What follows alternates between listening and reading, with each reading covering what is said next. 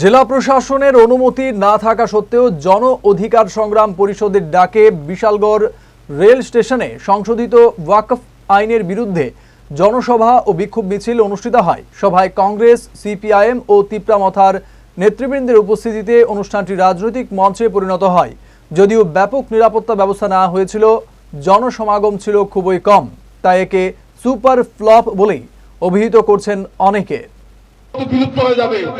যেখানে এই দুষ্ট লোকরা আছে, বিভিন্ন সাম্প্রদায়িক গোষ্ঠীর লোকরা আছে, তারা গিয়ে ডিএমএর কাছে দরখাস্ত করে দিয়ে বলবে এই যে বলছি এটা তো ওয়াকফ না, এটা সরকারি সম্পত্তি হয়ে গেল কেল্লা ফতে, এটা কি করে হবে? এবং প্রধান বিচারপতির কথা বলেছি, আমাদের দেশে দলিল দস্তাবেজ কবে থেকে চালু হলো?